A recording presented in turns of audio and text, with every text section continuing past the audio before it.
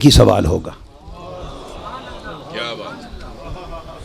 میں تینوں سوال مانتا ہوں، میرے بارے میں کوئی نیا عقیدہ نہ سمجھ لیں اپنا، میں تینوں مانتا ہوں، مگر میں بتا رہا ہوں کہ یہ تین سوال نہ صحیح بخاری میں ہیں نہ مسلم میں ہیں، صحیحین سے نچلے درجے کی کتابوں میں ہیں، سنن ابی داؤد اور دیگر کتب میں. امام بخاری نے تین سوالوں کی روایت نہیں بیان کی، امام مسلم نے تین سوالوں کی حدیث کو روایت نہیں کیا. وہ کیا کہتے ہیں، امام بخاری اور امام مسلم سے بڑا امام تو حدیث میں کوئی نہیں. بولیے. وہ کہتے ہیں ایک ہی سوال ہوگا.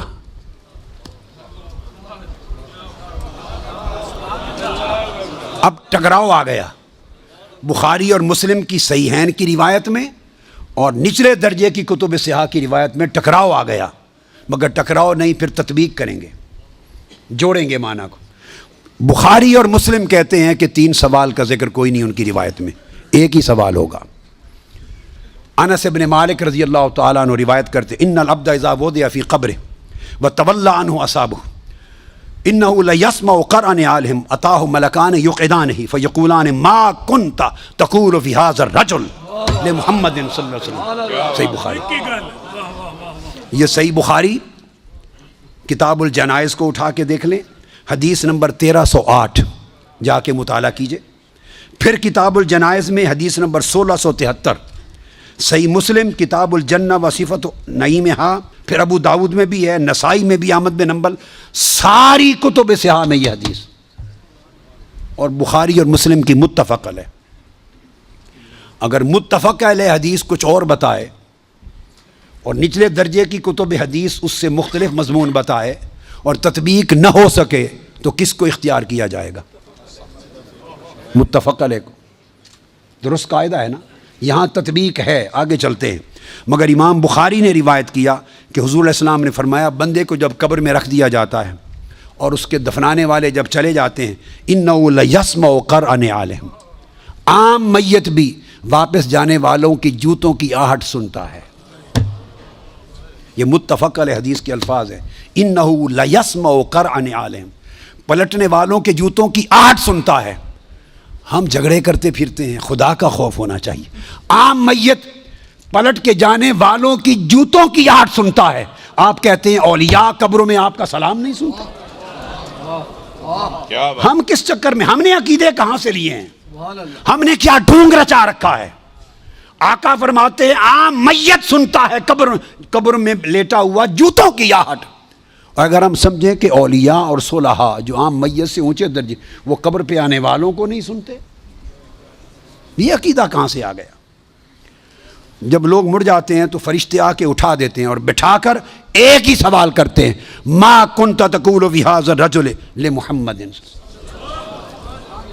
جب پوچھا جاتا ہے تیرا رب کون ہے تو سوال کا جواب لیک آؤٹ نہیں کرتے، مشکل میں ڈالا، بتاؤ اگر جانتے ہو تو رب کون ہے.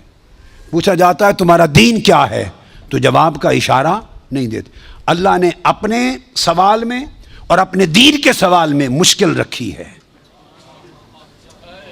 اشارہ نہیں دیا. جب محبوب کا پوچھا ہے تو تھوڑا سا اشارہ بھی دے دیا ہے کہ میرے محبوب کے امتی گھبرا نہ جائیں، میرے محبوب کے امتی یا رسول اللہ کہنے والے کہیں مشکل میں نہ آ جائیں. بڑے میرے سوال کا جواب نہ آئے دیکھ لیں گے، میرے دین کا سوال اس کا جواب نہ آئے دیکھ لیں گے، میرے مصطفیٰ کے سوال میں کوئی فیل نہ ہو. آسانی کی. فرمایا اس ہستی کے بارے میں تو کیا کہا کرتا تھا؟ ساتھ ہی فرشتے بولتے ہیں لے محمد، ان کا نام محمد ہے. ہائے ہائے، پرچہ بھی دے دیا، کویسچن پیپر بھی دے دیا، جواب لیک آؤٹ بھی کر دیا، آسانی پیدا کر دی. اس ہستی کا نام محمد ہے. ایک ہی سوال بخاری اور مسلم متفق علیہ. تو میں نے آپ کو سارے حوالے دے دیے، آپ پوری بخاری اور مسلم اٹھا لیجئے. کہیں بخاری اور مسلم میں اللہ کی عزت کی قسم میں نے کئی بار، مگر حرم مدینہ میں اور حرم مکہ میں اول لفظ سے آخر لفظ تک بخاری اور مسلم کے ختم کیے، ایک ایک لفظ ختم کیا، اپنے بیٹے کو پڑھایا. حرم میں اور کئی بار زندگی میں. کوئی شخص بخاری مسلم میں مجھے 3 سوال دکھا دے، میں اپنا عقیدہ بدل لوں گا.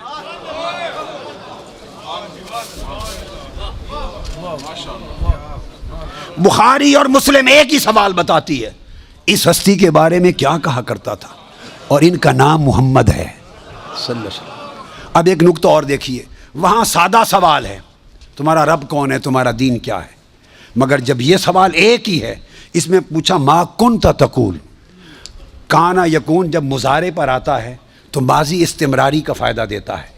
یہ نہیں پوچھا جائے گا جب قبر میں پردے اٹھا دیے جائیں گے اور چہرہ مصطفیٰ سامنے ہوگا، ملائکہ کے ہاتھ میں گرز ہوں گے کہ کیا جواب دے پاتا ہے یا نہیں.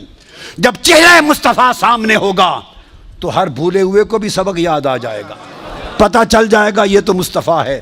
چونکہ شان آشکار ہو جائے گی تو فرمایا یہ نہیں پوچھنا کہ ان کے بارے میں عقیدہ کیا ہے، یہ نہیں پوچھنا. فرشتوں پوچھنا ما کنت تقول، جب تقریر کرتا تھا جامع مسجد میں منبر رسول پر تو تب کیا کہتا تھا، جب جلسے کرتا تھا اور ذکر آتا تھا میرے مصطفیٰ کا، ما کنت تقول گلے پھاڑ پھاڑ کر تب کیا کہتا تھا. جب کتابیں لکھتا تھا تو میرے محبوب کی شان میں کیا لکھتا تھا. یہ نہ بتا کہ آج لے ان کی پناہ، آج مدد مانگ ان سے، کل نہ مانیں گے، قیامت کو اگر مان گیا. ارے جب چہرہ مصطفیٰ سامنے ہوگا،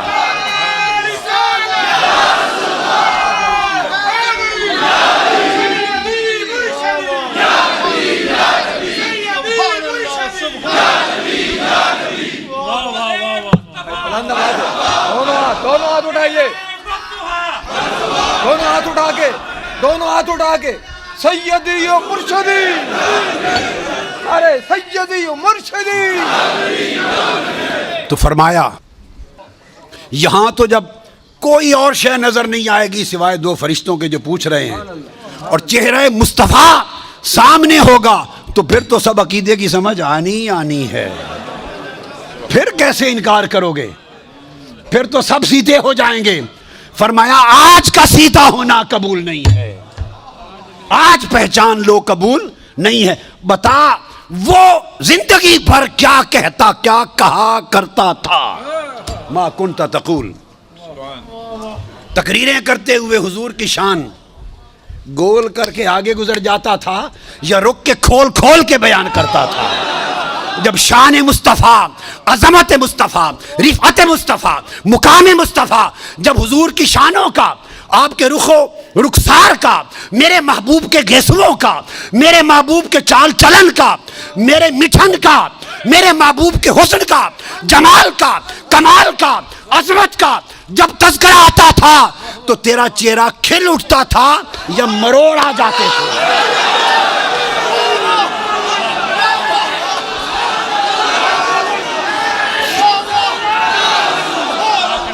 جب میرے محبوب کی نعت پڑھی جاتی تھی، جب میرے محبوب کی نعت پڑھی جاتی تھی، جب میرے محبوب کی عظمت کے تذکرے ہوتے تھے، اس وقت تیرے چہرے کا رنگ کیسا ہوتا تھا، کھلتا تھا یا پیلا ہو جاتا تھا.